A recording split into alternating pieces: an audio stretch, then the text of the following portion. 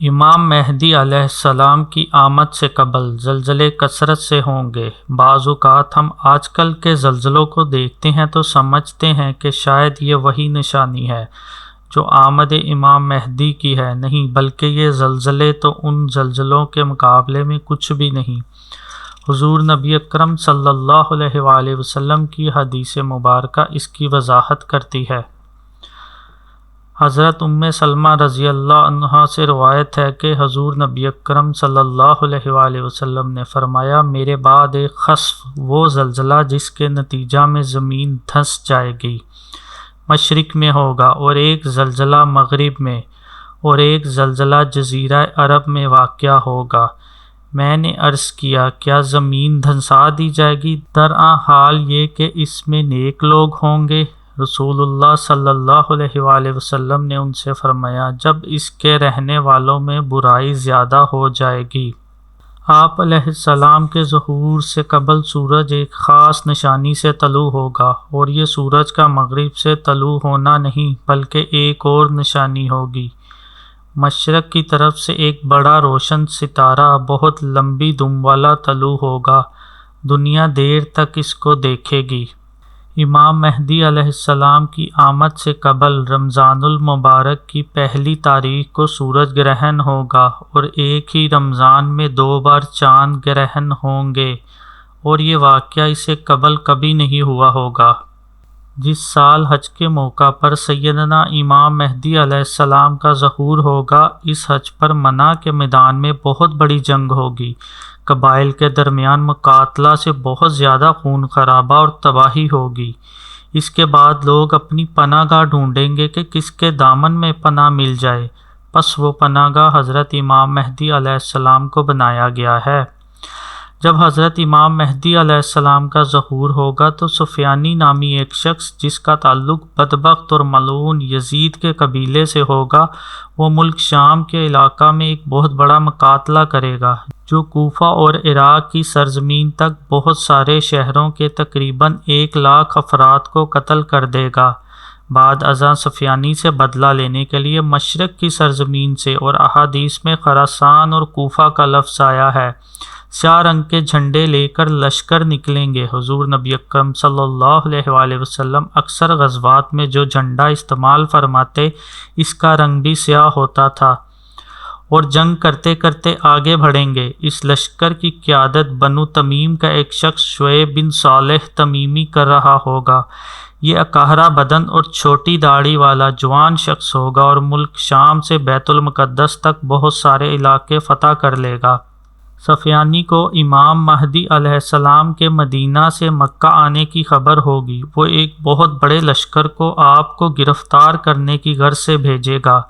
مکہ اور مدینہ کے درمیان مقام بیداد چٹیل میدان پر زمین پھٹے گی، اور اس کا سارا لشکر تباہ ہو جائے گا۔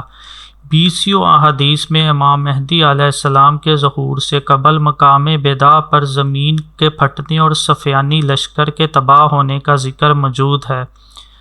یہ واقعہ سن کر شام سے قافلے مکہ کی جانب چل پڑیں گے، اور پوری دنیا سے 40 ابدال اور سرزمین عراق کے کل اولیاء بھی مکہ کی جانب چل پڑیں گے، اور مکہ میں حضرت امام مہدی علیہ السلام کے ہاتھ پر بیعت کریں گے۔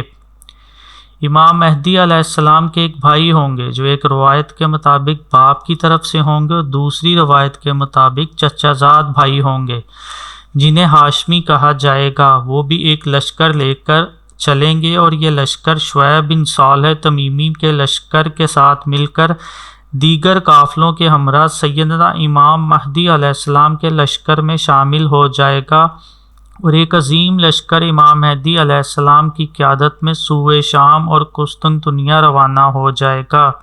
عرب پر آپ کی حکومت قائم ہو جائے گی، اور پھر عالمی خلافت قائم کرنے کے لیے قسطنطنیہ روانہ ہوں گے۔ اس وقت کا قسطنطنیہ آج کا استنبول ہے۔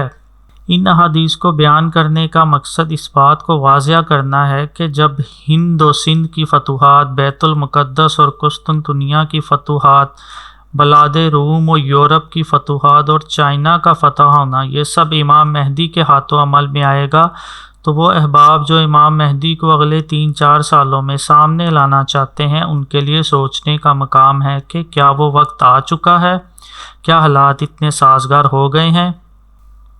حضرت امام مہدی علیہ السلام بیت المقدس کو فتح کریں گے۔ حدیث مبارکہ میں اس فتح کی پیشن گوئی کا تذکرہ بھی موجود ہے۔ حضرت ابو ہریرہ رضی اللہ تعالیٰ عنہ سے روایت ہے کہ حضور نبی اکرم صلی اللہ علیہ وآلہ وسلم نے فرمایا، خراسان سے کالے جھنڈے نکلیں گے جنہیں کوئی بھی چیز نہ روک سکے گی یہاں تک کہ وہ بیت المقدس میں نصب کیے جائیں گے۔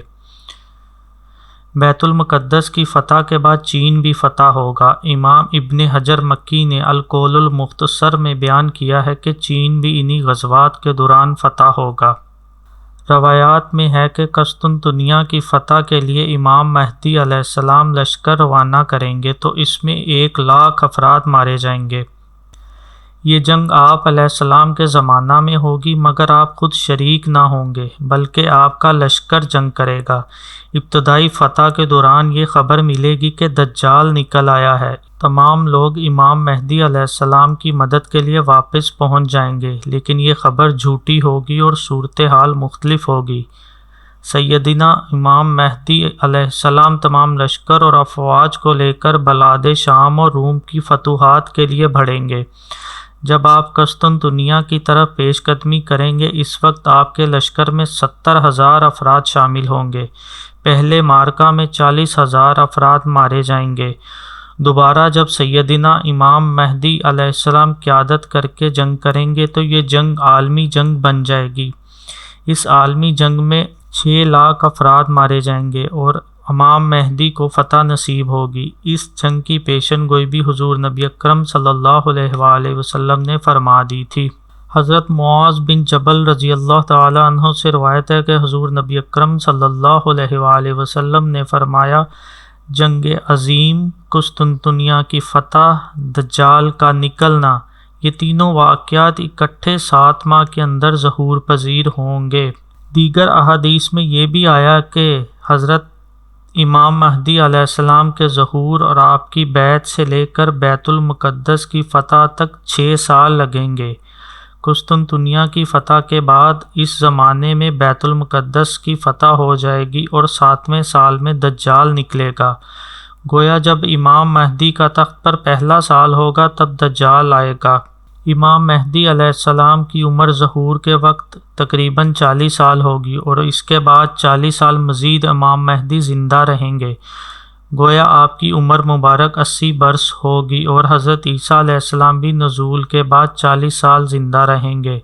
اس طرح دجال بھی ظاہر ہونے کے بعد 40 سال تک رہے گا، لیکن چونکہ اس کا ظہور امام مہدی علیہ السلام کے ظہور سے پہلے ہو چکا ہوگا اس لیے اس کے 40 سال امام مہدی علیہ السلام اور عیسیٰ علیہ السلام سے پہلے مکمل ہو چکے ہوں گے، اس لیے وہ ان کے ہاتھوں قتل ہو جائے گا۔ سیدنا امام مہدی علیہ السلام کی وفات کے بعد منصور نامی شخص کو خلیفہ بنایا جائے گا اور وہ 21 سال حکومت کرے گا۔ اس کے بعد ہشام المہدی کی حکومت ہوگی، وہ 3 سال 4 ماہ اور 10 دن حکومت کرے گا۔